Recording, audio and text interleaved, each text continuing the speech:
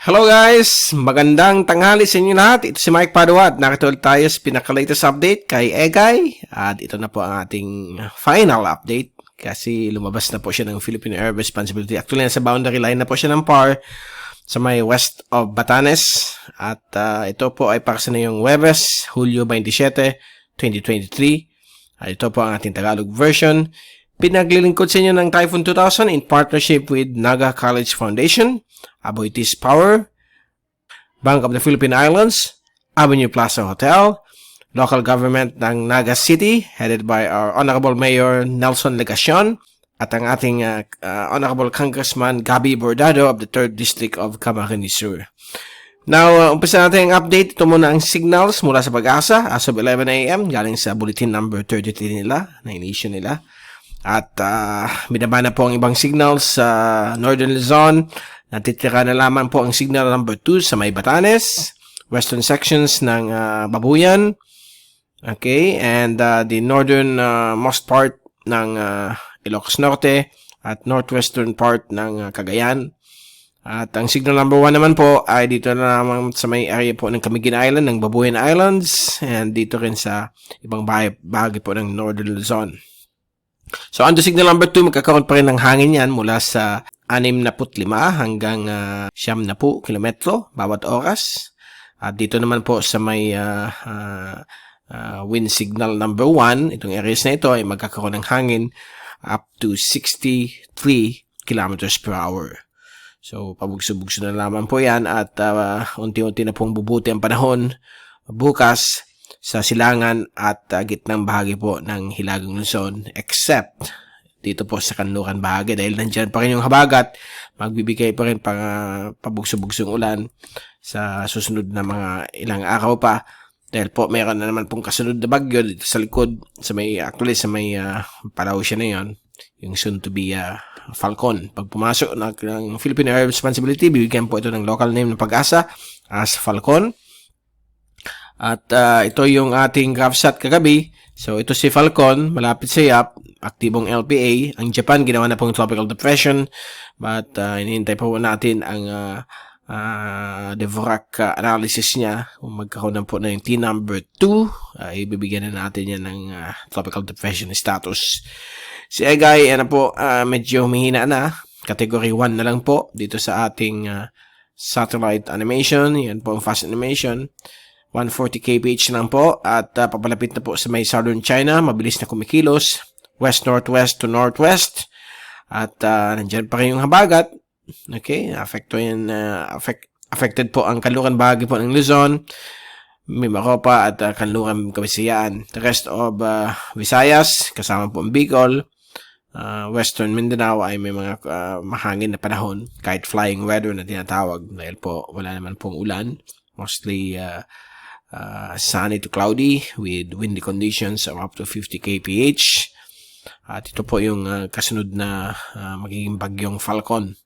Mamaya papakita natin sa inyo ang pinaka-latest forecast kung anong tahak po ni Falcon. Huwag tayo mag-worry. Hindi po siya papuntang Pilipinas.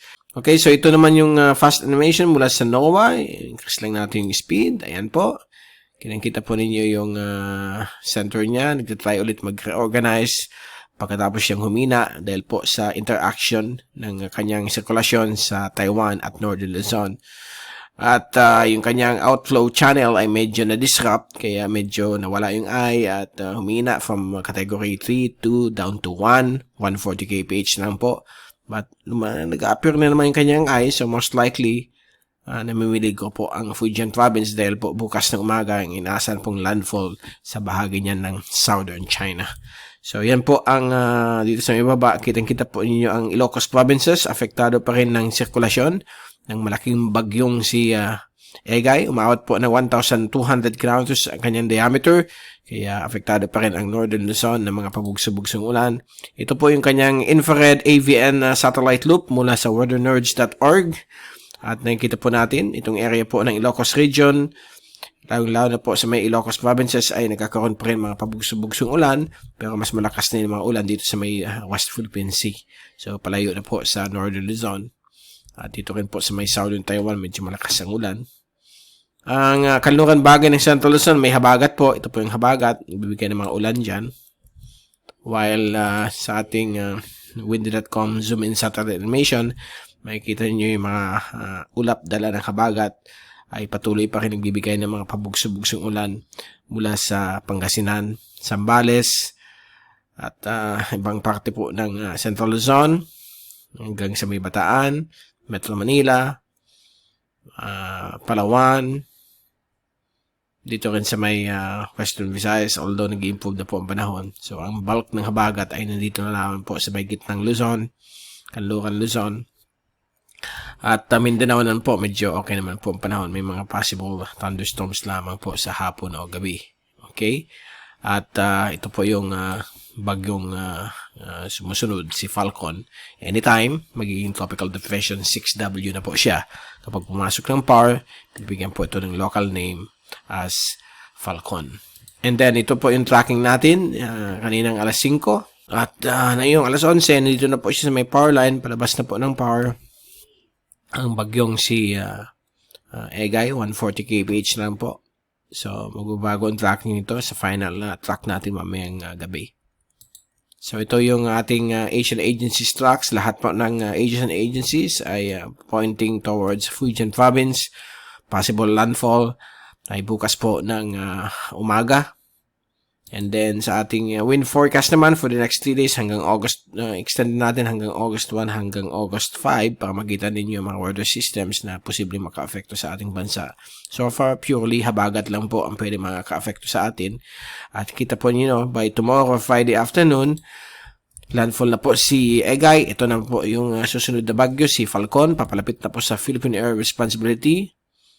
At Sabado, pasok na po siya ng PAR. Moving north-northwest, 1,000 kilometers east of Cagayan. Wala po itong direct effect sa atin, pero papalitan po ni Falcon si Egay para humatak po ng habagat. Kaya nandyan pa rin yung habagat sa western sections po ng Luzon hanggang sa next weekend. And then, Linggo, yan na po siya, patungong Okinawa. At yung habagat ay patuloy pa rin sa western sections ng Luzon. Although bagyang hina siya, okay? And then, tropical storm po siya dyan. Monday on, lalabas siya ng PAR. Dadaan na po sa Okinawa bilang possible typhoon na po yan. At yung habagat ay patuloy pa rin sa kanluran bahagi po ng Luzon. August 1, liliko po siyang westward at mukhang maglalandfall ulit sa southeastern China. And then, ayan po ang habagat. Bibigay ng mga on and off rainfall sa western Luzon. At sa August 2, landfall na po si Falcon. And then, meron naman pong panibagong LPA magpo-form sa may North Philippine Sea, northeast of Cagayan. And then, ayan, ang tracking naman po siya ay papuntang Japan. Ayan, August 3, August 4, yan, aakyat yan. Hanggang August 5, patungong Japan. So, itong forecast from August 2 hanggang August 5 ay mataas pa po ang uncertainty. So, pwede pong magbago pa yan. Let's hope na hindi siya pumunta ng Pilipinas. At yung habagat ay patuloy pa rin makaka-affecto sa western sections po ng Luzon hanggang dito sa may Batanes area. So, huwag niyo kalimutan, magdala palagi ng payong for the next 2 weeks kasi nandyan na po ang habagat. Usually, peak ng habagat ay August. So, usually, minsan may umabot pang 2 to 3 weeks ang epekto ng habagat. Hindi naman sobra unless kung may bagyong malapit sa may Taiwan at Okinawa. Pag dumaan dyan, may mga on and off rainfall sa kanluran bahagi po ng Luzon na pwede mag-cause ng mga baha at landslide sa mga area na ito. Okay? So, yan po ang ating latest wind forecast. Ito naman po ang ensemble ng European sa kaliwa, sa kanan. Ito yung American model. Lahat nag-agree, patungong taas si Falcon. At sa rain forecast hanggang Linggo ng gabi, ay inaasahan pa rin yung epekto ng habagat sa kanluran bahagi ng ating bansa habang umalis na si Egay at ito na po si Falcon ang magpapalit para ihatak ang habagat sa western sections ng ating bansa. And ito po yung overall 3-day rain forecast hanggang sa Linggo o Sabado. Kitang-kita po ninyo ang bulk ng rainfall ay nasa kanluran bahagi po ng Luzon at Mimaropa, Western Visayas. Dito po sa Bicol, hindi masyado. And Eastern Visayas, more of a local thunderstorms lang po sa hapon ng gabi. But ito po yung Falcon sa may east of the Philippines na papalit kay Egay. Kasi si Egay dito na yan, magla-landfall. Okay. So, yan po ang ating latest sa bagyong si Egay at yung sumusunod na bagyong Falcon. And anytime today, baka i-update na natin ating website para i-include si Falcon. At tomorrow, balik tayo sa ating usual tropical weather analysis. Since wala naman effect ang bagyo, wala tayong special coverage for Falcon unless magkaroon po siya ng threat sa ating bansa. Pero usual tropical weather analysis lang po 3 times a week sa ating YouTube channel at Facebook video channels. Okay? So, dyan po natin tinatapos ang ating update at babalik ulit tayo bukas para sa ating usual tropical weather analysis. Mula sa Typhoon 2000, ito si Mike Pado nagpapaalam. Mag-ingat po tayong lahat. Be #WeatherWiser, #TyphoonWiser. At maraming salamat po sa pagpanood nyo sa aking channel. God bless to all.